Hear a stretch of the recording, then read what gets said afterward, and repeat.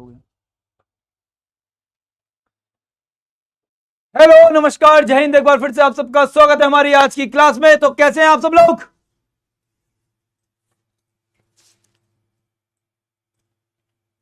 रिया सिंह, नवीन राज, याशिका, चेतन, निकिता, धार्मिक जोशी, अंकित विश्वकर्मा।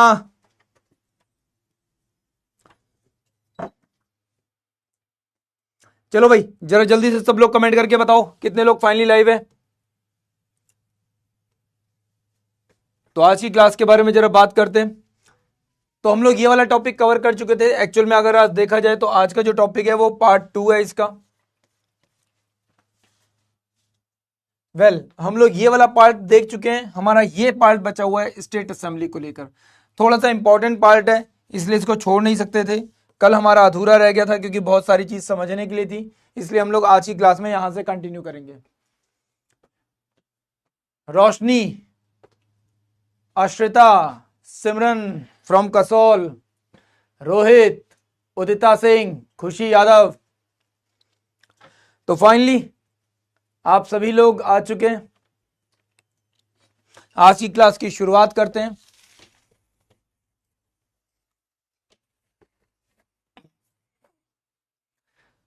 तो सबसे पहले हम लोग बात करते हैं स्टेट लेजिस्लेचर को लेकर। जब भी राज्य को लेकर बात करी जाएगी, जैसा कि हम लोग अभी इससे पहले तक यूनियन में देख चुके हैं। यूनियन में आप लोगों को ऑलमोस्ट हर एक चीज के बारे में पता चल चुका है। आपको प्रेसिडेंट पता चल चुका,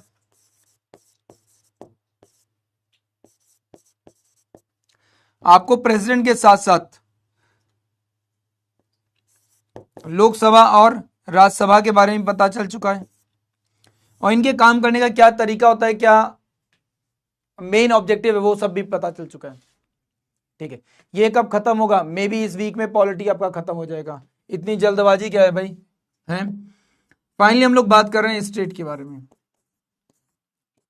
जब स्टेट को लेकर बात होगी, तो स्टेट को लेकर जब भी बात होगी तो सबसे पहली जो बॉडी हमको पता चलती है वो पता चलती है क्या? गवर्नर। गवर्नर के साथ ही साथ हमको पता चलती है एक और बॉडी जिसका नाम है सीएम। एंड सीएम जिस बॉडी का पार्ट है वो एक्चुअल में बॉडी क्या है? काउंसिल ऑफ मिनिस्टर्स की बॉडी है। किसकी बॉडी है? काउंसिल ऑफ मिनिस्टर्स की बॉडी है। किसकी बॉडी है? काउंसिल ऑफ मिनिस्टर्स की बॉडी का पार्ट है। और ये सभी कुल मिलाकर स्टेट में असेंबली में बैठते हैं, या फिर एक तरह से बोला जाए तो स्टेट में भी दो तरीके के वो बने हुए हैं, एक विधानसभा और एक विधान परिषद।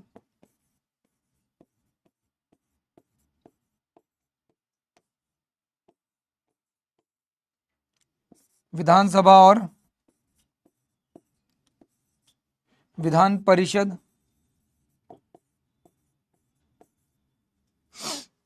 विधानसभा और विधान परिषद, ऐसा ही कुछ है। क्लियर है? हाँ भाई। सबसे पहले हम लोग बात करेंगे गवर्नर के बारे में। अब यहां पर नॉर्मल बातें वही लिखी हुई हैं। Indian constitution allow to the state their unicameral and bicameral status of the houses. अब ये क्या है? विधानसभा विधान परिषद हाउसेज हैं। अब कुछ जगह पर क्या है, केवल एक सिंगल हाउस होता है, मतलब कि केवल और केवल आपको क्या देखने को मिलती है? विधानसभा देखने को मिलती है। और कुछ जगह ऐसी होती हैं जहां पर आपको विधानसभा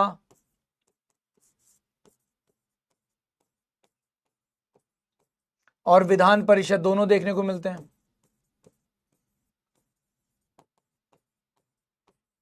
है ना? आपको दोनों ही चीजें देखने को मिल जाती है, विधानसभा भी और विधान परिषद भी। ऐसा ही कुछ है, हाँ या ना? हाँ या ना? और ऐसा हर राज्य में तो नहीं होता, केवल कुछ सेलेक्टेड स्टेट्स में होता है। ये सेलेक्टेड स्टेट्स कौन कौन से हैं? तो इसके लिए शॉर्टकट याद रख लो आप लोग। इसके लिए शॉर्टकट याद करो आप लोग। क्या? कुंबाट। ठीक है, कुंबाट बोले तो कर्नाटक, उत्तर प्रदेश, महाराष्ट्र, बिहार, आंध्र प्रदेश एंड तेलंगाना। क्लियर है? तो 6 है, पहले कभी 7 हुआ करते थे, बट एट प्रेजेंट आपके 6 स्टेट्स हैं। कितने स्टेट्स हैं? 6 स्टेट्स हैं। चलो, बात समझ में आ गई यहां पे, हाँ या ना? नेक्स्ट आगे बढ़ते हैं। तो गवर्नर हमारा पार्ट लास्ट क्लास में बच गया था, उसी को जरा यहाँ पे जल्दी से खत्म करते हैं। ठीक है, गवर्नर है क्या? अगर हम लोग गवर्नर को लेकर बात करते हैं तो सीधी सीधी बात ये, he was the executive head. Executive head like president.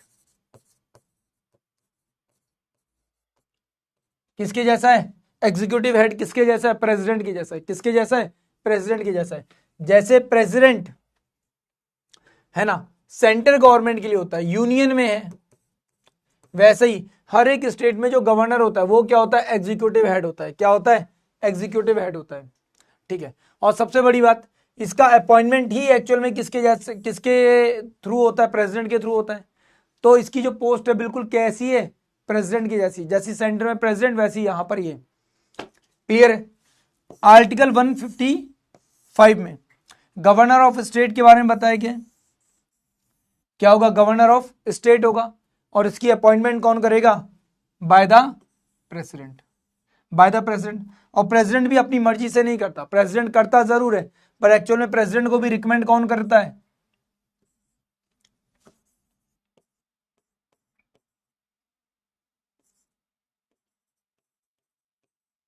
Recommend by PM. और कई बार यहां पे लिखा होता है काउंसिल ऑफ मिनिस्टर, तो उसमें भी परेशान होने की जरूरत नहीं है, एक ही बात है, कुछ अलग नहीं है। ठीक है, तो बहुत सीधी सिंपल सी बात है, इसी के द्वारा क्या होती है? अपॉइंटमेंट होती है। बट ध्यान रखना, जब ओथ के बारे में बात होगी, ओथ कौन दिलवाएगा? तो ध्यान रखना, अपॉइंटमेंट प्रेसिडेंट करेगा, बट ओथ जो होगा वो कौन दिलवाएगा?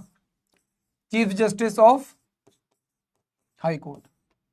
Chief justice of high court क्या करवाएगा? इसे ओथ दिलवाने का काम करेगा। फिर आता आर्टिकल 156(1). ये कब तक अपने पद पे बना रहेगा? अब इसके लिए अलग अलग कंडीशंस हैं, अलग अलग कंडीशंस हैं। एक कंडीशन कहती है कि ये 5 साल तक बना रहेगा, 5 इयर्स तक, जो कि फिक्स टेन्योर होता है कि हाँ भाई 5 साल आप बने ही रहोगे अपने पद पर, आपको कोई हटाएगा नहीं उस पद से। बट वहीं पर एक कंडीशन और भी है, वो कंडीशन क्या है? At the pleasure of president. At the pleasure of president जब तक चाहेगा, जब तक कौन? राष्ट्रपति चाहेगा। इसीलिए कई बार गवर्नर होता है जो बड़े लंबे टाइम तक क्या होते हैं? एक ही पद पर बैठे रहते हैं, है ना, कई साल बिता देते हैं, 5-5 साल से ज्यादा। कई क्या होते हैं? गवर्नर एक ही राज्य के राज्यपाल बने रहते हैं, है ना, गवर्नर बने रहते हैं। तो वही वाली कंडीशन है, चाहूंगा तुमको, है ना, जहां से भी ज्यादा, तो बिल्कुल वैसे ही है। तो राष्ट्रपति जब तक चाहेगा तब तक बैठा रहने देगा। अब यहां पर राष्ट्रपति की बात हो रही है, at the pleasure of president थोड़ी होता है। एक्चुअल में देखा जाए तो यहां पर कौन है? जो भी सेंट्रल गवर्नमेंट है, जो यूनियन गवर्नमेंट है, एक्चुअल में तो वो ही लीड कर रही है ना, उसकी नजर में आप बने रहोगे तो राजा, और उसकी नजर में उतर गए तो रंक। ठीक है, तो जब तक सेंट्रल गवर्नमेंट को पसंद आ रहा है आपको बना के रखेंगे वहां पे, है ना, और जिस दिन पसंद आने बंद हो गए उस दिन हटा के बाहर। ठीक है, तो वो वाली बात है यहां पर, उसके अलावा कोई ऐसी कंडीशन नहीं लगती यहां पे। फिर आता है यहां पे आर्टिकल 156(2). क्या कहता है? गवर्नर अगर चाहे तो वो खुद से भी क्या कर सकता है? रिजाइन दे सकता है। रिजाइन किसको देगा? प्रेसिडेंट को देगा। किसको देगा? प्रेसिडेंट को देगा। ठीक है, क्या कर सकता है? रिजाइन भी दे सकता है, और चाहे तो ये रीअपॉइंट भी हो सकता है। तो जितनी बार चाहे उतनी बार अपॉइंट हो सकता है, जितनी बार चाहे उतनी बार अपॉइंट हो सकता है ना।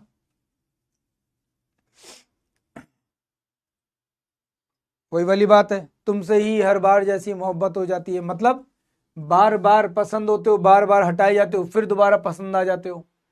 तो जब जब सरकार को पसंद आओगे तब तक अच्छे पद पर बैठाए जाओगे, और एक्चुअल में मैं ऐसी बातें कर क्यों रहा हूं? कर इसीलिए रहा हूं क्योंकि ये पद ही ऐसा है। सारी की सारी ताकत कहां से जा रही है? यूनियन गवर्नमेंट के थ्रू जा रही है। यूनियन गवर्नमेंट जब तक पसंद करती रहेगी आपको पद पर बैठाती रहेगी, जब तक पसंद करेगी पद पर बैठाती रहेगी। जहां यूनियन गवर्नमेंट को पसंद आना बंद हुए उसी दिन आपको हटा दिया जाएगा। अगले दिन फिर आप वापस आ गए, फिर आपने बोला क्या मेरी इतनी सी बात से नाराज हो जाओगे तुम? क्या मुझे एक बार भी तुम माफ नहीं कर सकते? जरा नजरें उठाकर मेरी तरफ देख तो लो, बस तुरंत गवर्नमेंट बुला रहे यार ये तो अपना वाला बंदा है यार, इसको कैसे नाराज कर दें। चलो ठीक है फिर से गवर्नर बन जाओ, है ना। चलो ठीक है इस बार एक नहीं 2 राज्यों का गवर्नर एक साथ बन जाओ। तो सारी पावर एक्चुअल में किसके हाथ में? यूनियन गवर्नमेंट के हाथ में। और यूनियन गवर्नमेंट बोला जाए या फिर सीधे सीधे प्रधानमंत्री बोला जाए। राष्ट्रपति तो केवल और केवल एक सिग्नेचर पावर है, थप्पा लगाता है केवल उसके नाम पर, मोहर लगाने का काम कर रहा है केवल एक, और कुछ नहीं। क्वालिफिकेशन को लेकर बात की जाए तो आर्टिकल 157 में इसकी क्वालिफिकेशन बताई गई है कि कोई भी गवर्नर एक या एक से अधिक राज्य का गवर्नर बन सकता है। ठीक है, बन सकता है। कब हुआ था ये चीज डिसाइड? ये हुआ था 7th अमेंडमेंट में। ठीक है, 2 और मोर स्टेट, कब? After 7th amendment. 7th amendment के बाद ये चीज कही गई कि भाई कोई भी गवर्नर है वो एक या एक से अधिक राज्यों का क्या बन सकता है? गवर्नर बन सकता है। कहां पे कहा गया? यहां पे कहा गया। बात समझ में आई है यहां पे? हाँ या ना? क्लियर है? बहुत बढ़िया। Well, condition should be a citizen of India, Bharat का नागरिक हो, and should have attend the age of 35। जितनी भी सीनियर पोस्ट हैं भारत में, जितनी भी सीनियर पोस्ट हैं, ठीक है, उन सभी में जो एज रखी गई है वो क्या रखी गई है? 35 ईयर्स रखी गई है। तो ध्यान रखना, चाहे राष्ट्रपति हो, चाहे उपराष्ट्रपति हो, चाहे गवर्नर हो, ये सब 35 साल की उम्र के बाद ही इस पद पर आकर बैठेंगे। क्लियर है? फाइनली क्या कहा जाता है? कहा यह जाता है कि ये 5 साल तक चाहे तो अपने टेन्योर पर बैठ सकता है। बट ऐसा नहीं है कि 5 साल पूरे होने पर ये एकदम से रिजाइन कर देगा, नहीं, ऐसा बिल्कुल भी नहीं है कि 5 साल पूरे होने पर ये रिजाइन कर देगा, ऐसा बिल्कुल भी नहीं है। ठीक है, ऐसा बिल्कुल भी नहीं है। 5 साल पूरे करने पर ये रिजाइन कर देगा, ऐसा बिल्कुल भी नहीं है। कंडीशन क्या है? कंडीशन क्या है? कंडीशन ये है कि इससे कहा जाता है भाई 5 साल पूरे हो गए हैं, गवर्नमेंट बोलती है भाई 5 साल पूरे हो गए हैं, अब हमें इसे आगे करना चाहिए, बंदा सही है नहीं है, अगर सही है तो ठीक है भाई बने रहो भी, हम बताएंगे आपको। जब तक नहीं बताते, जब तक कॉल नहीं करते, जब तक रिजाइन नहीं बोला जाता, तब तक आप उस पद पर बने रहोगे। ठीक है, 5 साल से ज्यादा भी बने रह सकते हो। जैसे अगर मैं आपको एक नाम बताऊं, क्या नाम है उनका यार, मैं नाम भूल रहा हूँ यार,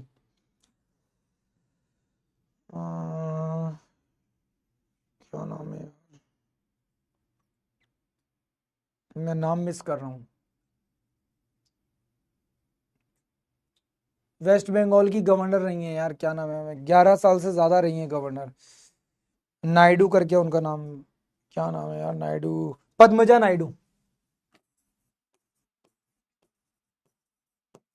पद्मजा नायडू। ठीक है, मोर देन 11 ईयर्स तक रही थी।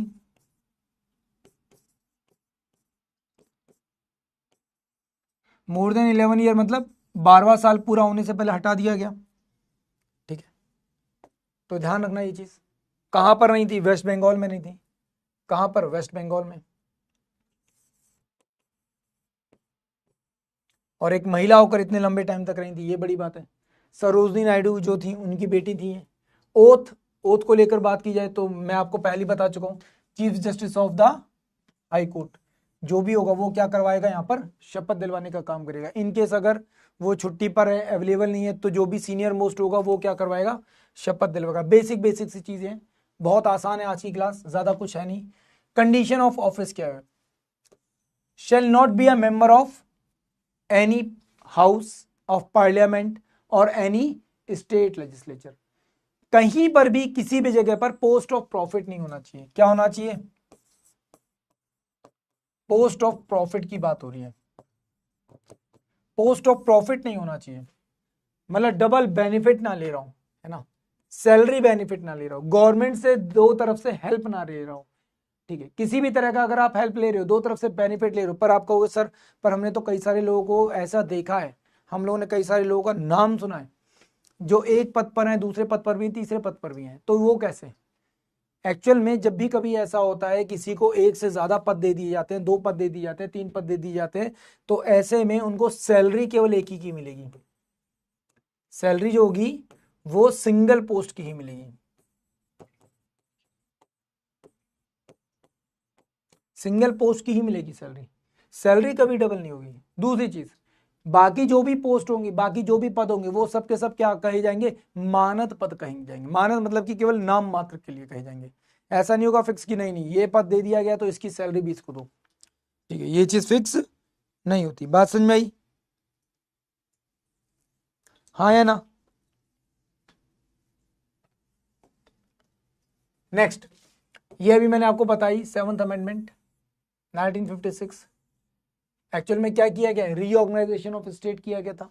अब जब स्टेट्स को रीऑर्गेनाइज करे तो हमारे पास सडनली अचानक से बहुत सारे गवर्नर तो आएंगे नहीं, ठीक है, तो जो भी उस समय पर गवर्नर थे उनको बोला गया कि भाई हमें आप लोगों की जरूरत है, हम आपको एक से अधिक राज्यों का क्या दे सकते हैं? कार्यभार दे सकते हैं। ये कोई छोटा मोटा काम नहीं होता, ठीक है, बहुत ज्यादा रिस्पॉन्सिबिलिटी वाला काम है, क्योंकि आप एक बहुत बड़े तरीके से देखा जाए तो बहुत सबसे बड़े उच्च पद पर बैठे हो एक राज्य के, और सेंट्रल गवर्नमेंट के रिप्रेजेंटेटिव हो। क्या हो? सेंट्रल गवर्नमेंट के रिप्रेजेंटेटिव हो, तो आपको ऐसे नहीं रह सकते कि हाँ भाई चलो ठीक है बना दिया, नहीं, ठीक है, एक बहुत बड़ा पद है, ठीक है, तो रिस्पॉन्सिबिलिटीज बहुत ज्यादा है।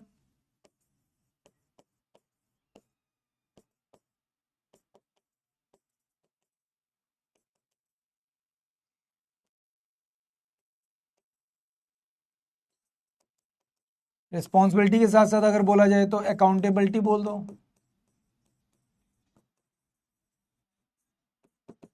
है ना, ये बहुत ज्यादा होती है। अब ऐसे में कोई भी पर्सन जो दो या दो से ज्यादा राज्यों को डील कर रहा है, उसकी सैलरी या उसकी जो अलाउंसेस होंगे वो भी कौन डिसाइड करेगा? प्रेसिडेंट करेगा। कौन करेगा? प्रेसिडेंट करेगा डिसाइड कि भाई हाँ एक स्पेशल कंडीशन है, तुम दो से ज्यादा राज्यों को डील कर रहे हो तो तुम्हें क्या सैलरी दी जानी चाहिए, क्या नहीं दी जानी चाहिए, कितनी कम होनी चाहिए, कितनी ज्यादा होनी चाहिए, ये सब डिसाइड किया जाएगा। अब राज्यों में तो बना दिया गया क्या? गवर्नर। जो थोड़े से यूटीज वाले पार्ट थे, यूटीज में कुछ इंपॉर्टेंट यूटी थे, वहां पे बना दिया गया लेफ्टिनेंट गवर्नर, जैसे पुडुचेरी एंड दिल्ली। बाकी जो एरियाज थे वहां पे बना दिए गए कौन? एडमिनिस्ट्रेटर बना दिए गए, ठीक है, और ये सबके सब किसको रिपोर्ट करते हैं? एक तरह से देखा जाए तो प्रेसिडेंट को ही रिपोर्ट कर देंगे, ठीक है, किसको रिपोर्ट करेंगे? प्रेसिडेंट को रिपोर्ट करेंगे। वेल, अब बात करते हैं हम लोग यहाँ पर किसके बारे में? चीफ मिनिस्टर के बारे में। ध्यान रखना, जैसी पावर प्रेसिडेंट की है, एग्जैक्टली प्रेसिडेंट के जैसी ही पावर इसकी भी है। ध्यान रखना,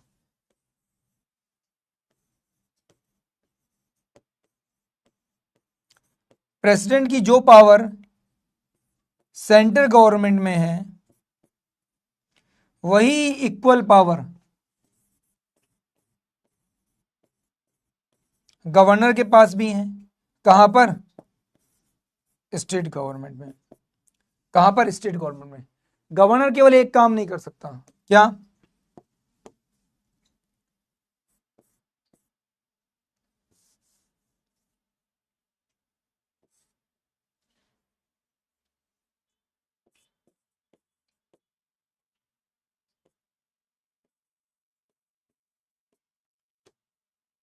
can't deal the capital punishment, capital punishment. Capital punishment का अगर कोई मुद्दा इसके सामने आएगा तो ये उसको डील नहीं कर सकता, उसके लिए सिर्फ और सिर्फ राष्ट्रपति, बाकी सब हैंडल कर लेगा। सारी चीजें, सारी खबर ये राष्ट्रपति को टाइम टाइम पर पहुंचाता रहेगा। राष्ट्रपति को पहुंचा रहा मीन सेंट्रल गवर्नमेंट के पास पहुंचा रहा है। तो it was like a it was like a agent of central government. ये क्या है? एजेंट ऑफ सेंट्रल गवर्नमेंट है। क्या है? एजेंट ऑफ सेंट्रल गवर्नमेंट है। कौन? हमारा गवर्नर। कौन? हमारा गवर्नर। अब बात करते हैं हम लोग यहाँ पे किसके बारे में? Chief minister.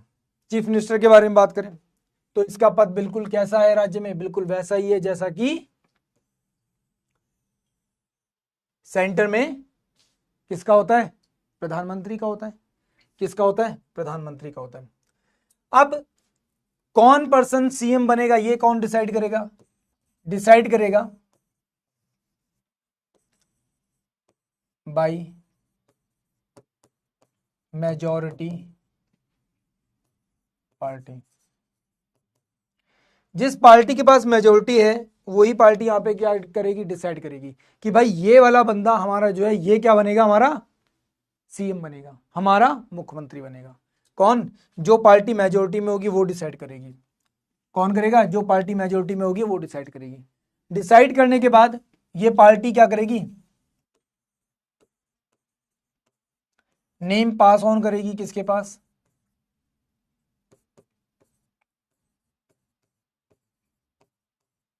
गवर्नर। और फाइनली गवर्नर यहां पे क्या करेगा? ये अपॉइंटमेंट करेगा। तो ये पद एक तरह से देखा जाए तो किसके अंडर कंट्रोल है? गवर्नर के कंट्रोल में। किसके? गवर्नर के। तो आप लिख सकते हो आर्टिकल नंबर 164 में, governor appoint the chief minister of state. Governor appoint the chief minister of state. Governor क्या करेगा? चीफ मिनिस्टर को अपॉइंट करने का काम करेगा। क्लियर है? बहुत सिंपल सी बात है, कुछ ऐसा नहीं है जो ना समझ में आए, बहुत सीधा सिंपल सा। ठीक है, जिसे अपॉइंट करेगा वो मेजोरिटी पार्टी का लीडर भी माना जाएगा और स्टेट लेजिस्लेचर में उसको क्या करेगा? लीड करने का काम करेगा। और वही जो चीज ऊपर लिखी है वो सेम चीज नीचे लिखी है, कुछ अलग नहीं है। वेल आगे बढ़ते हैं। पर्सन जो स्टेट लेजिस्लेचर में नहीं है, फॉर एग्जाम्पल जैसे हम लोग प्रधानमंत्री को लेकर बात करते हैं, या ये दोनों में ही कंडीशन में बात होगी, चाहे आप पीएम की बात कर लो या फिर आप सीएम की बात कर लो। ठीक है, इन दोनों के साथ क्या कंडीशन है? If they are not elected. अगर ये इलेक्टेड नहीं है, इलेक्टेड नहीं है मींस चुनाव में पार्टिसिपेट ही नहीं किया था, इलेक्शन का हिस्सा नहीं बने, तो फिर इलेक्ट कैसे हो सकते हैं? तब क्या किया जाएगा? तब क्या किया जाएगा? तो ऐसे में इनको स्टेट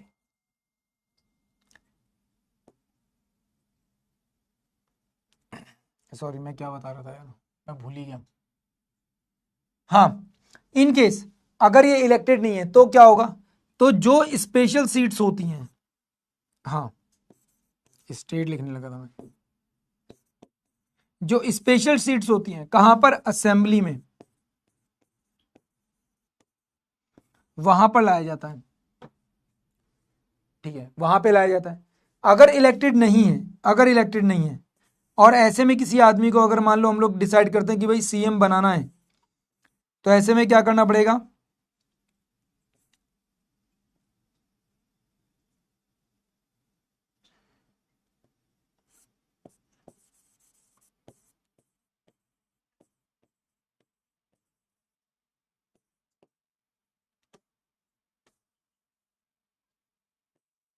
अरे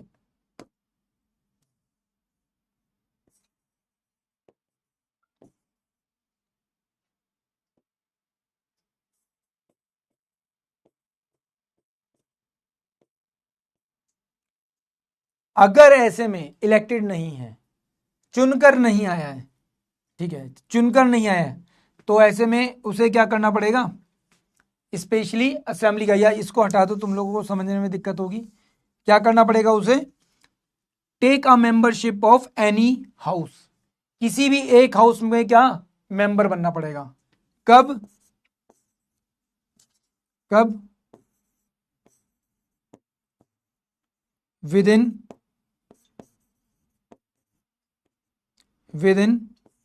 6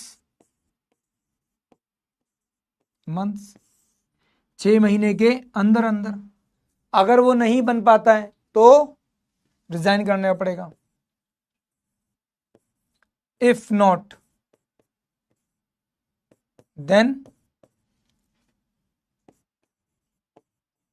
दे शुड रिजाइन।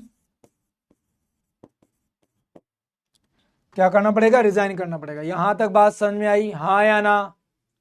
क्लियर है? क्लियर है? सर सीएम के लिए भी कोई एज क्राइटेरिया है क्या? यस बिल्कुल है, अभी बताएंगे। वैसे तो मैं बता दूं 25 ईयर्स, ठीक है। इसके लिए 2 क्राइटेरिया हैं, एक 30 साल अगर राज्यसभा से है और 25 साल और अगर लोकसभा से। सेम फॉर हिम, ठीक है। 30 साल अगर ये लेजिस्लेटिव काउंसिल से आता है और 25 साल अगर ये स्टेट लेजिस्लेटिव असेंबली से आता है, ठीक है। क्लियर? तो दोनों में से जिससे भी आता है उसके हिसाब से क्या किया जाएगा? डेट डिसाइड या एज डिसाइड की जा सकती है। दोनों के लिए ही सेम है, कुछ अलग नहीं है। मिनिमम 25, मैक्सिमम 30, मतलब इसके ऊपर जो भी आदमी हो, बट मिनिमम क्राइटेरिया इस हिसाब से। क्लियर है सबको? हाँ या ना? ठीक है। तो सेम चीज यहां पर लिखी है, अगर अपॉइंट होता है तो 6 महीने के अंदर उसे क्या करना पड़ेगा? किसी एक हाउस का सदस्य बनना पड़ेगा, ठीक है। अगर नहीं होता है तो उसे हटाया जा सकता है, ठीक है। सेम वो चीज मैंने यहां पे बताई, चाहे पीएम हो चाहे सीएम हो, ठीक है।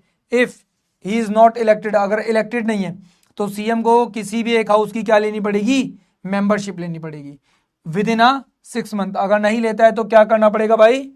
रिजाइन करना पड़ेगा, सिंपल सी बात, ठीक है। बहुत बढ़िया, बहुत बढ़िया। क्लियर है? तो ये किसी भी हाउस का क्या बन सकता है? मेंबर बन सकता है। इसका बहुत अच्छा एग्जाम्पल है, आपको एग्जाम्पल भी देता हूं मैं तुम्हें। अगर हम लोग प्रधानमंत्री को लेकर बात करते हैं, प्रधानमंत्री को लेकर बात करें तो मनमोहन सिंह जी कभी भी इलेक्शन नहीं कर लड़ते, कभी भी इलेक्शन नहीं लड़े। 2 बार प्रधानमंत्री बने, दोनों में से एक बार भी वो इलेक्शन का हिस्सा नहीं बने। दोनों में से एक बार भी वो इलेक्शन लड़े ही नहीं। और हर बार असम से आते थे चुनकर। कहां से? असम से। हर बार कहां से आ रहे हैं? असम से आ रहे हैं। Same for CM. सीएम में बात करोगे तो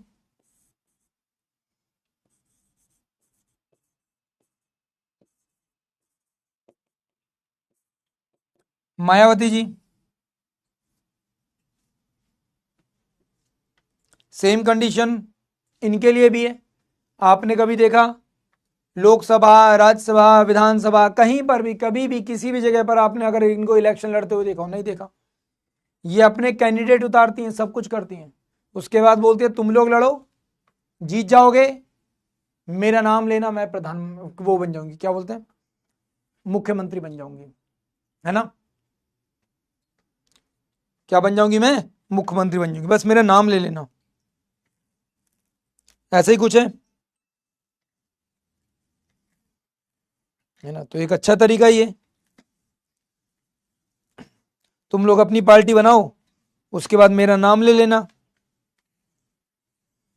ठीक है। तुम लोग भी पार्टी बनाओ, मेरा नाम ले लेना, मैं भी क्या बन जाऊंगा? प्रधानमंत्री बन जाऊंगा, ठीक है। तो ये बेस्ट एग्जांपल है। ये लोग कभी भी इलेक्शन नहीं लड़ते, हर बार क्या करते हैं? किसी और सीट से चुनकर आ जाते हैं। Finally duties of chief minister क्या है? चीफ मिनिस्टर की ड्यूटी ये एग्जैक्टली बिल्कुल वैसी है जैसी कि आप लोगों ने पढ़ी थी। किसके लिए? पीएम के लिए। स्टेट में भी इसका काम बिल्कुल वैसे ही है, स्टेट में इसका काम भी बिल्कुल वैसे ही। जैसे कि अब मैं यहां पर एक तरह का रिवीजन भी हो गया तुम्हारा बढ़िया सा। एक तरफ है आपका कौन? प्रेसिडेंट, ठीक है, एक तरफ है क्या,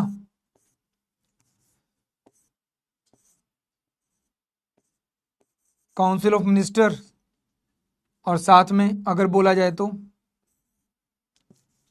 पार्लियामेंट,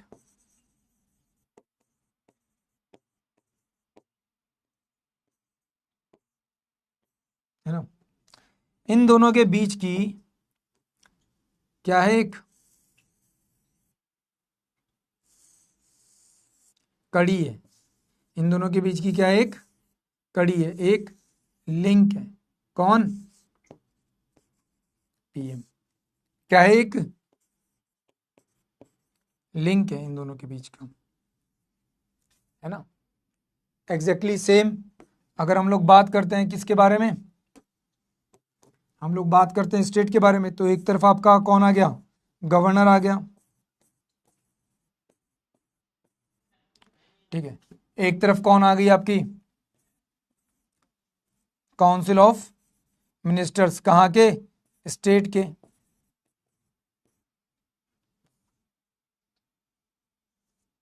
ठीक है।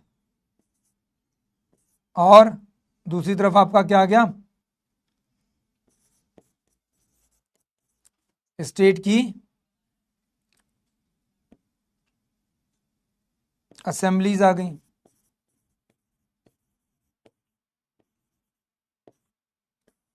तो ऐसे में ये भी क्या है, इन दोनों के बीच का लिंक है, क्या है, लिंक है इन दोनों के बीच का। कौन, सीएम,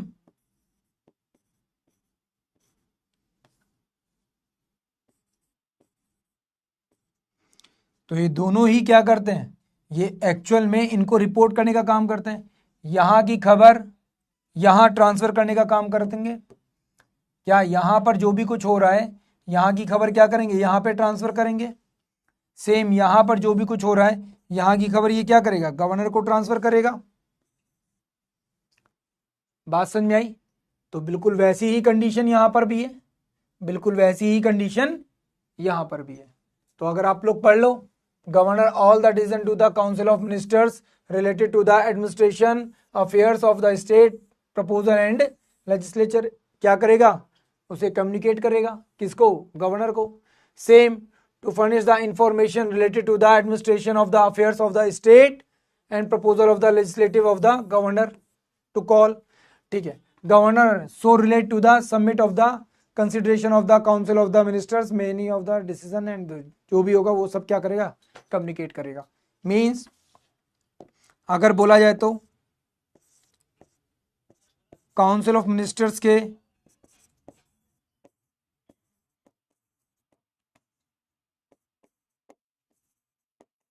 डिसीजंस, ठीक है, स्टेट असेंबली के डिसीजंस, और इसके अलावा एक और अपन ने बोला था ना,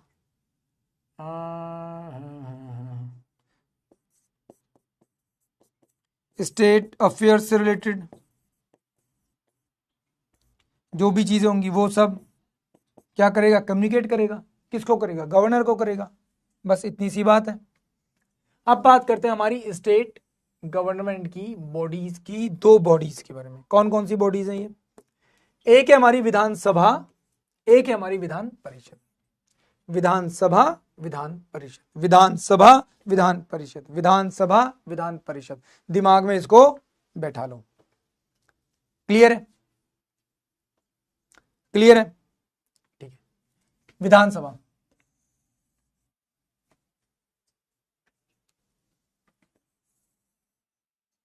और विधान परिषद, ये एक परमानेंट हाउस है।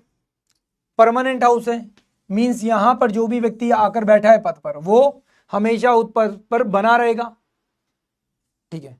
हमेशा मतलब कि 5 साल के लिए बना रहेगा, परमानेंट मतलब 5 साल। सॉरी यार, मैं उल्टा बोल गया। ये एक टेम्परेरी हाउस है और ये एक परमानेंट हाउस है। यहां पर जो आदमी है वो परमानेंट है एक तरह से। अब वो बात अलग है, हर 2 साल पर क्या हो रहे हैं, चेंजेस हो रहे हैं। जैसे हम लोगों ने लोकसभा, सॉरी, राज्यसभा में देखे हैं। राज्यसभा में भी क्या हो रहा है, एग्जैक्टली सेम जैसे राज्यसभा में होता है। क्या होते हैं, एवरी 2 ईयर्स पे 1/3 मेंबर क्या होते हैं, चेंज होते हैं।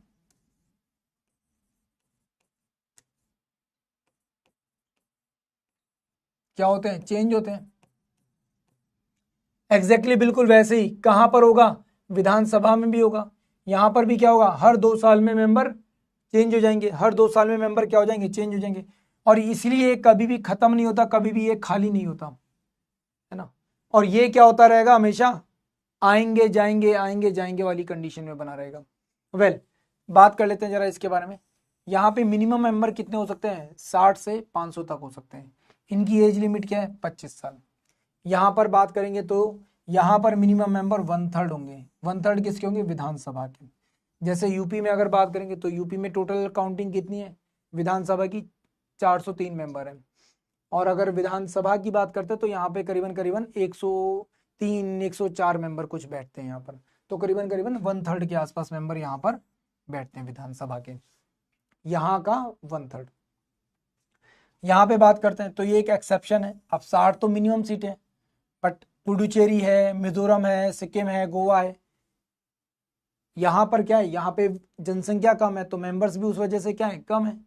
यहाँ पे बात करते हैं तो यहाँ पे मेंबर्स कैसे आते हैं, अब यहाँ पर जो मेंबर आएंगे वो डायरेक्ट इलेक्शन से आएंगे, चुनाव होगा। जो लोग हैं स्टेट के, जो लोग हैं पीपल्स, वो क्या करेंगे, वोटिंग करेंगे। आप लोग कई बार सुनते होंगे विधानसभा के चुनाव हो रहे हैं, तो विधानसभा के चुनाव यही है। फिर यहाँ पे होते हैं विधान परिषद के चुनाव। विधान परिषद के चुनाव में क्या, 1/3 मेंबर्स क्या होते हैं, इलेक्ट होते हैं। कहाँ से, लोकल बॉडीज से। आपकी जो म्यूनसिपालिटीज, पंचायत वो सब होती है, वहां से आते हैं। 1/3 बाई एमएलएज आते हैं, एमएलएज के थ्रू 1/3 मेंबर आते हैं। 1/12 मेंबर आते हैं कहाँ से, टीचिंग स्टाफ से। कहाँ से, टीचिंग स्टाफ से। कहाँ से आते हैं, टीचिंग स्टाफ से आते हैं 1/3 मेंबर, सॉरी 1/12 मेंबर कहाँ से आते हैं, टीचिंग स्टाफ से आते हैं। 1/12 मेंबर आते हैं ग्रेजुएट्स।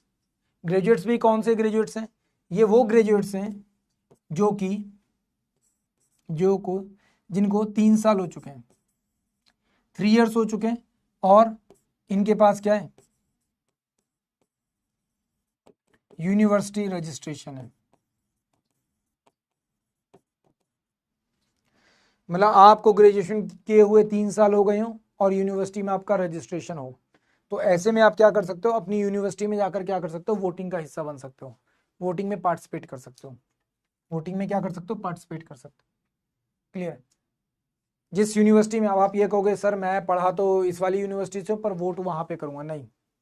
जिस यूनिवर्सिटी से पढ़े, जिस यूनिवर्सिटी से आपका ग्रेजुएशन हुआ है, उसी यूनिवर्सिटी में आप क्या कर सकते हो, वोट कर सकते हो। क्लियर है। पर 3 साल पूरे हो चुके हों ग्रेजुएशन किए हुए तब। वेल, जो भी पॉलिटिकल पार्टी यहाँ पर मेजोरिटी में आती है वो क्या करती है, अपना सीएम चुन सकती है, यहाँ पे जो भी आएगी। ठीक है। यहाँ के जो मेंबर्स होते हैं वो एमएलसी कहलाते हैं, इनकी 30 साल मिनिमम एज है। यहाँ पर जो मेंबर होते हैं वो एमएलए कहलाते हैं, 25 साल इनकी मिनिमम एज है, बता दिए। वैसे गवर्नर यहाँ पर क्या करता है, एक मेंबर अपॉइंट करता है, कहाँ से, माइनॉरिटी से।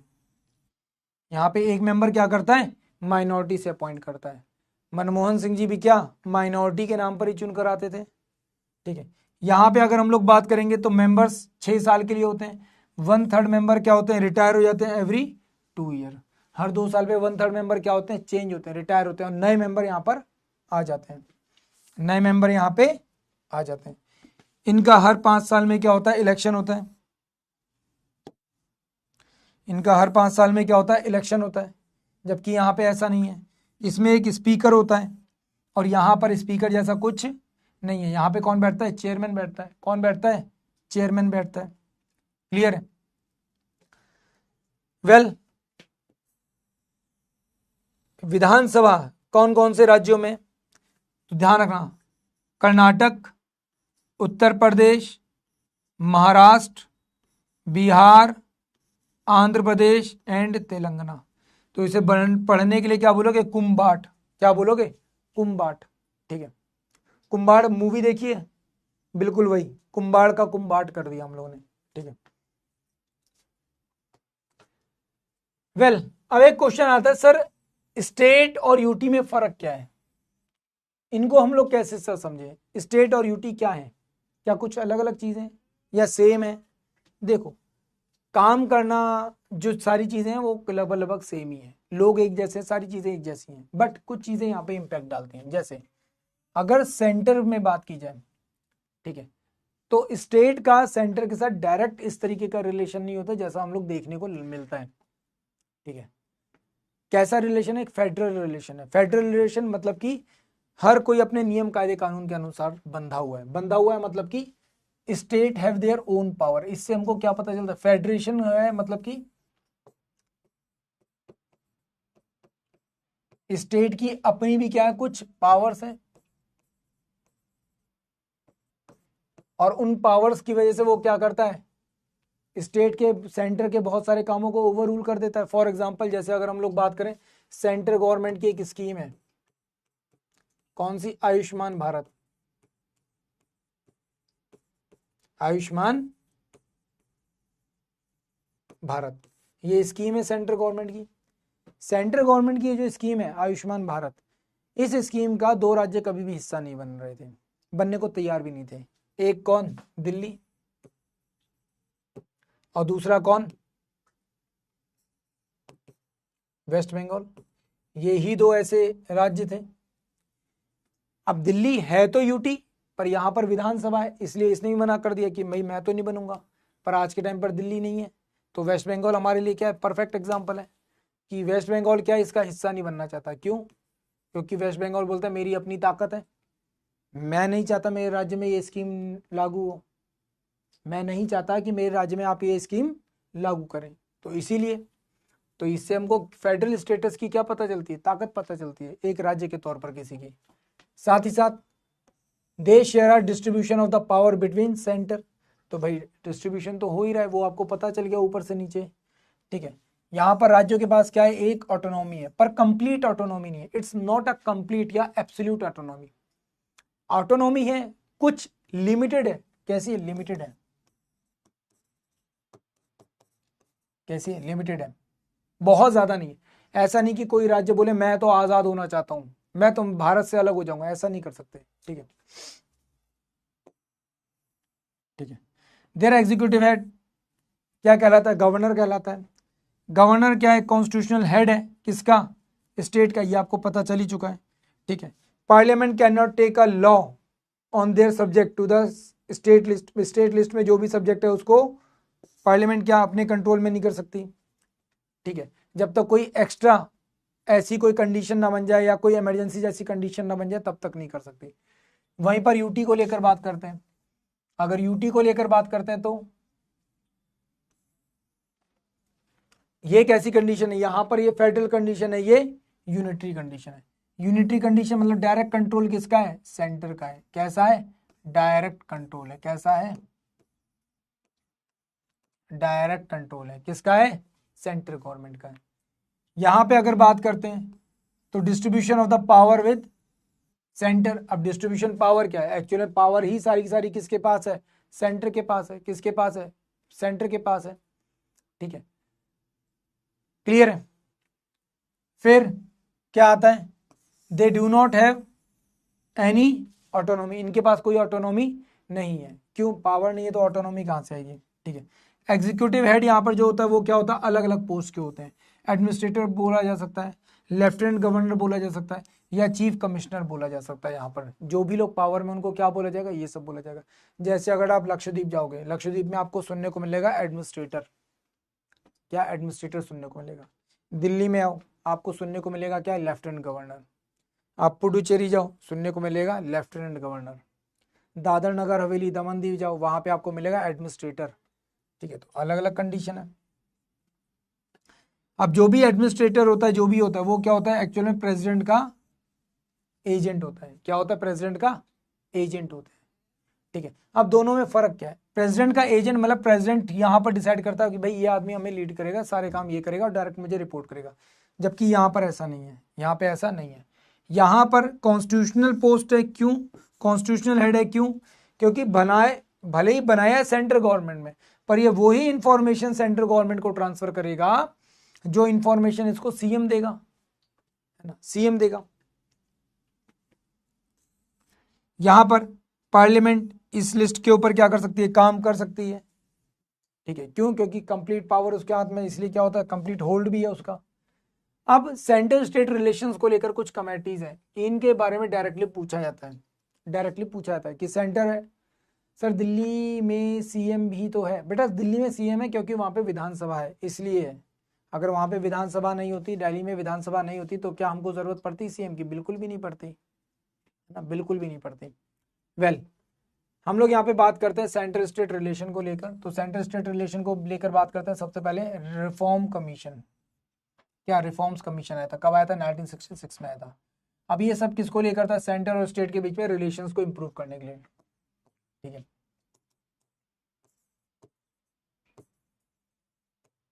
To improve the relation,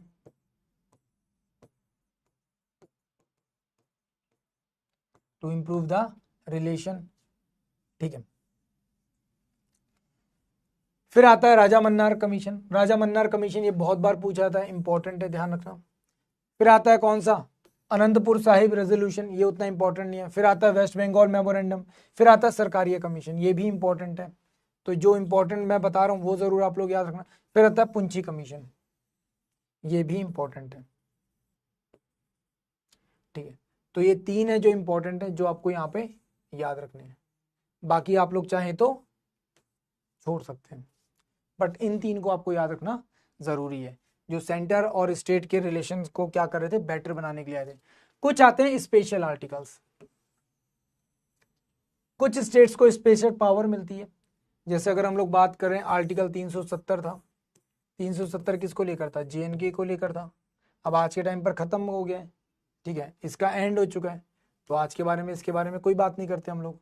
but इसके अलावा भी क्या कुछ और राज्य हैं जिनको कुछ स्पेशल पावर मिलती है? बिल्कुल मिलती है। आर्टिकल 371 में मिलती है, महाराष्ट्र और गुजरात को मिलती है। इनके कुछ सर्टेन एरियाज हैं, ठीक है, जिनको क्या किया जाता है, प्रोटेक्ट किया जाता है, जिनको बचाने की कोशिश की जाती है। जैसे महाराष्ट्र में विदर्भ वाला रीजन है, ठीक है, गुजरात में रन ऑफ कच्छ का रीजन है, क्योंकि एक अलग जोग्राफिकल कंडीशन है, वहाँ पे समस्याएं थोड़ी अलग है, उनके लिए थोड़ा अलग से गवर्नमेंट को क्या करना पड़ता है, डील करना पड़ता है। फिर आता है आर्टिकल 371A, नागालैंड को लेकर। किसको लेकर? नागालैंड को लेकर है, ठीक है। फिर आता है 370B Assam, 370C Manipur, 370D&E Andhra Pradesh, 371F Sikkim, 371G Mizoram, 371H Arunachal Pradesh, 371I Goa and 371J Karnataka. अब ये है क्या, इनके कुछ पर्टिकुलर एरियाज थे जिनको लेकर यहाँ पर क्या किया गया था, अलग से लोगों को प्रोटेक्शन दी जाती है। उस एरिया के लोगों को उन जगह पर एक स्पेशल क्या प्रोविजन दे दिया गया, सेंट्रल गवर्नमेंट ने कुछ पावर अपने हाथ में ले ली। उस तरह की चीज़ें यहाँ पर क्या होती हैं, इनिशिएट की जाती हैं। अब ज़्यादातर जितने भी नॉर्थ ईस्ट के रीजन है, तो इनमें तो आपको पता है मेजरली किसके लिए था, इंसर्जेंसी को लेकर था। किसको लेकर है? इंसर्जेंसी को लेकर है, ठीक है। तो ये आपको यहाँ पे पता होना जरूरी है, ठीक है। सिक्किम है, एक इन्वायरमेंटल कंडीशन है, बाद में इसको क्या किया गया था, भारत में जोड़ा गया 1975 में, इसलिए स्पेशल कंडीशन है। बात समझ में? Same as it is for Goa. Goa पहले पुर्तगालियों के पास था, बाद में इंडिया का पार्ट बना है। विधानसभा अबॉलिश भी हो सकते हैं, हाँ बिल्कुल हो सकती है बेटा, 5 साल में अपने आप हो सकती है, चाहे तो बीच में भी कर सकते हैं। अब वो सारी इंफॉर्मेशन वही है, सेम पार्लियामेंट वाली इंफॉर्मेशन जो आप लोग पढ़ चुके हो, सेम वही सारी चीजें यहाँ पर भी आ रही है। कुछ भी ऐसा नहीं है जो बिल्कुल भी अलग हो, not even a single thing, not even a single thing. Clear है, हाँ या ना?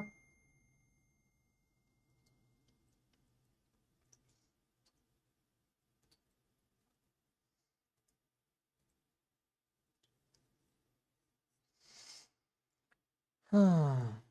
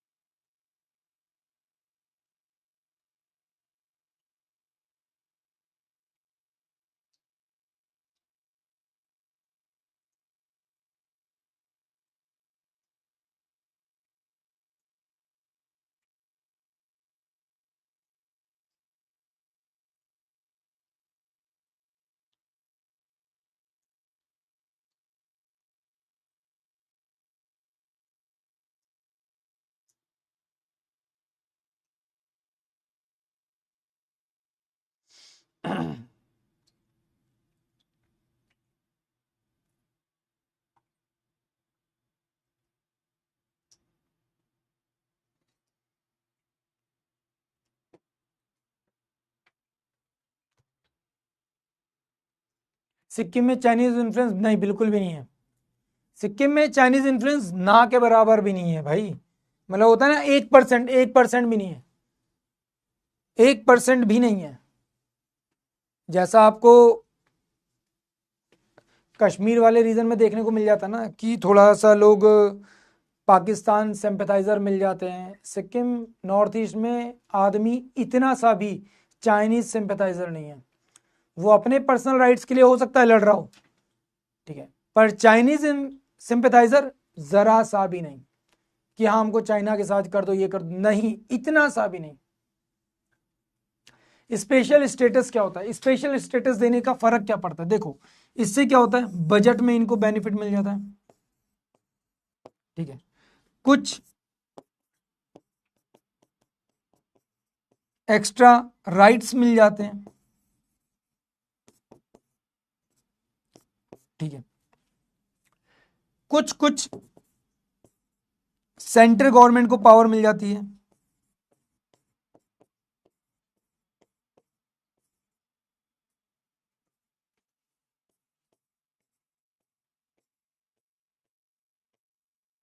अब ऐसा कोई जरूरी नहीं है कि पूरे के पूरे राज्य पे वो चीज लागू हो जाएगी, हो सकता है राज्य के कुछ क्षेत्र पर ही लागू हो। अरुणाचल प्रदेश, अरे अरुणाचल प्रदेश क्या, नॉर्थ ईस्ट में कहीं पर भी नहीं है। नॉर्थ ईस्ट में आपको एक आदमी नहीं मिलेगा जो ये कहते हैं हाँ चाइना ज्यादा बेटर है, बिल्कुल भी नहीं मिलेगा, क्योंकि उनको पता है ये जो फ्रीडम हमें भारत में मिल रही है, फ्रीडम ऐसे नहीं मिल रही। वेल यहां पे हम लोग बात करते हैं आर्टिकल 246 और शेड्यूल 7 के बारे में, जहां पे पावर का डिस्ट्रीब्यूशन होता है। एक तरफ है यूनियन लिस्ट, ये वैसे हम लोग पढ़ चुके हैं, एक तरफ है स्टेट लिस्ट और एक तरफ है कॉन्करेंट लिस्ट। यूनियन लिस्ट वैसे अगर देखा जाएगा तो आज के टाइम पर 100 सब्जेक्ट्स हैं, हम लोग प्रेजेंट की बात कर रहे हैं फिलहाल, ठीक है। स्टेट में देखेंगे 61 है और यहाँ पर देखेंगे 52 सब्जेक्ट्स हमको देखने को मिल जाते हैं, कंप्लीट जो देखने को मिलते हैं। नहीं, इधर 61 नहीं है, इधर शायद 52 समथिंग सब्जेक्ट्स हैं, 52 समथिंग सब्जेक्ट्स हैं इसके। यहाँ पे मेनली सब्जेक्ट कौन से आएंगे, डिफेंस आएगा, ठीक है, एटॉमिक एनर्जी आएगा, फॉरेन अफेयर्स आएगा, सिटीजनशिप है, बैंकिंग है, इस तरह की चीजें, ठीक है, फाइनेंस, आरबीआई, इस तरह की चीजें। स्टेट की बात करेंगे तो public order, police, public health, water, land, agriculture, ये सब आएगा किसके पास, स्टेट के पास। कॉन्करेंट की बात करेंगे, क्रिमिनल लॉ, मैरिज लॉ। अब इसके ऊपर डिसीजन स्टेट भी ले सकते हैं, यहां पर पावर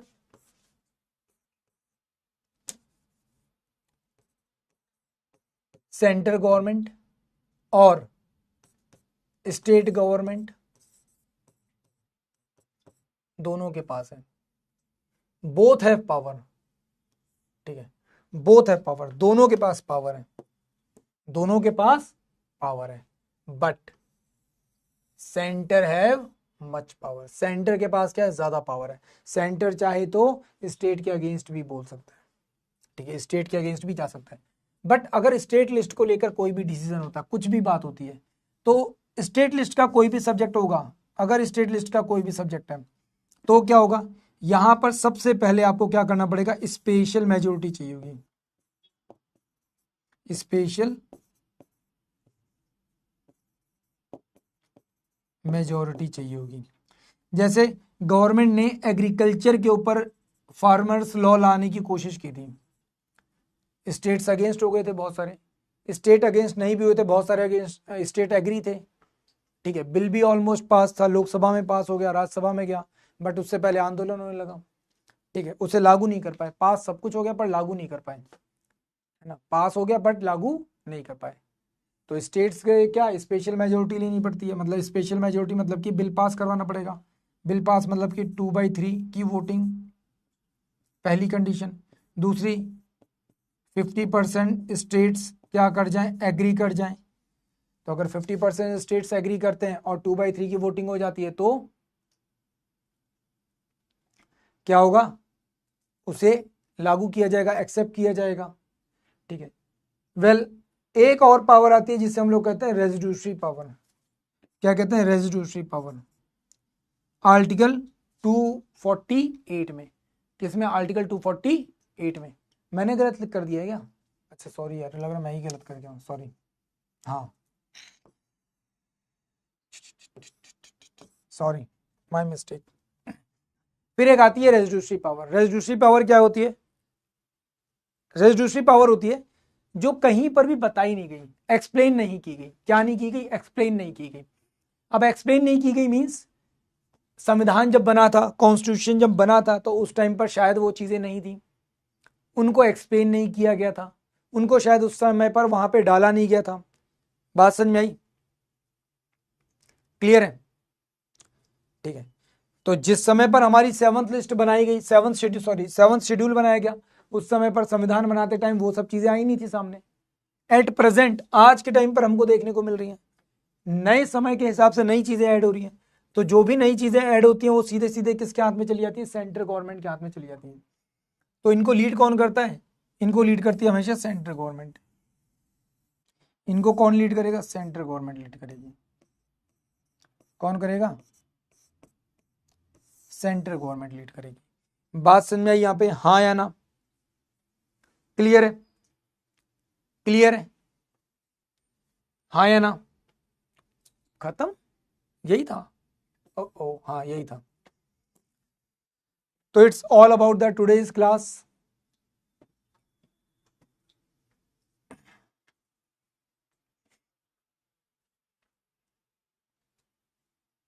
यही था, स्टेट, यूटीज, ये सब चीजें आपको फाइनली पता चल गई हैं।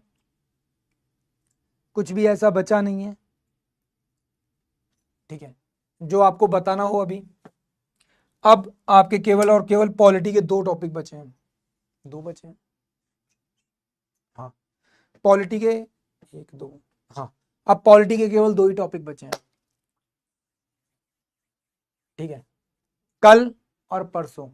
परसों आपका पॉलिटी कंप्लीटली हो जाएगा, दी एंड उसके बाद हम लोग शुरू करेंगे इकोनॉमिक्स। ठीक है, इकोनॉमिक्स बहुत आराम से कवर हो जाएगा। इकोनॉमिक्स से चांसेस भी बहुत ज़्यादा कम होते हैं कि एग्जामिनर कुछ पूछे। ठीक है, तो बहुत बेसिक फंडामेंटल चीज़ें पूछता है एग्जामिनर, वही चीज़ें हम लोग देखेंगे, बाकी को हम लोग छोड़ देंगे। ठीक है, तो इकोनॉमिक्स की मुश्किल से मुश्किल शायद 7 या 8 क्लासेस होती हैं आपकी, उसमें इकोनॉमिक्स खत्म हो जाएगा एंड देन फिर उसके बाद थोड़ा सा आपका बीच में ब्रेक आएगा जहाँ पे हम बाकी के सब्जेक्ट पढ़ेंगे एंड फिर उसके बाद आपका होगा। सर जियो खत्म हो गया? हाँ बेटा, जियो तो खत्म हो चुका है। हिस्ट्री से ज़्यादा टफ लग रहा है बेटा, हिस्ट्री से ज़्यादा टफ इसलिए लग रहा है क्योंकि प्रैक्टिकल चीज़ें आपके सामने आ रही हैं। जो चीज़ें अभी तक आपने पढ़ी नहीं, केवल हवा में सुनते थे, अब वो चीज़ें आपको पता चल रहा है, देश सरकार कैसे चलता है, कैसे नहीं चलता है। अभी तक हम लोग क्या करते थे, कुछ भी क्वेश्चन खड़ा करते, अरे यार ऐसे कैसे हो रहा है, गवर्नमेंट ये क्यों कर रही है, वो क्यों हो रहा है, वहाँ पे पार्लियामेंट में ऐसा क्यों कर दिया, ऐसा क्यों वो नहीं हुआ। तो अब यहाँ से हमारी बुद्धि के ऊपर फर्क पड़ रहा है। ठीक है, कि अच्छा ये प्रैक्टिकल इन्फॉर्मेशन, अच्छा ऐसे नहीं ऐसे होगा, अच्छा ऐसे नहीं ऐसे होगा, तब हमको एहसास होता है कि यार हाँ, देश कैसे काम कर रहा है ना। चलो बहुत बढ़िया।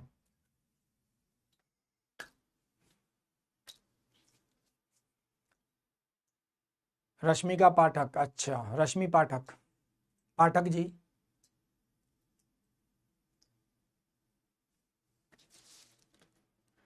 ज्यादा किससे पूछते हैं बेटा? ज्यादा पूछेंगे आपका करंट अफेयर, ज्यादा पूछेंगे आपका स्टैटिक, ज्यादा पूछेंगे आपका फैक्चुअल इन्फॉर्मेशन। तो जितना आप लोग पढ़ो थोड़ा सा, हाँ हम लोग जरूर डीप पढ़ा रहे हैं, बट फिर भी आपसे फैक्चुअल इन्फॉर्मेशन ज्यादा पूछी जाएगी।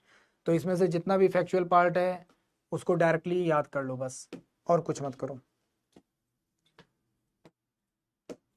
ठीक है, आर्टिकल का नंबर याद कर लिया, आर्टिकल में किसके बारे में बताया गया ये याद कर लिया। ठीक है, बस उससे ज़्यादा पढ़ने की आपको ज़रूरत पड़ेगी नहीं। तेजस, बस तुम्हारा आना और मेरा जाना एक ही समय पर हो रहा है आज।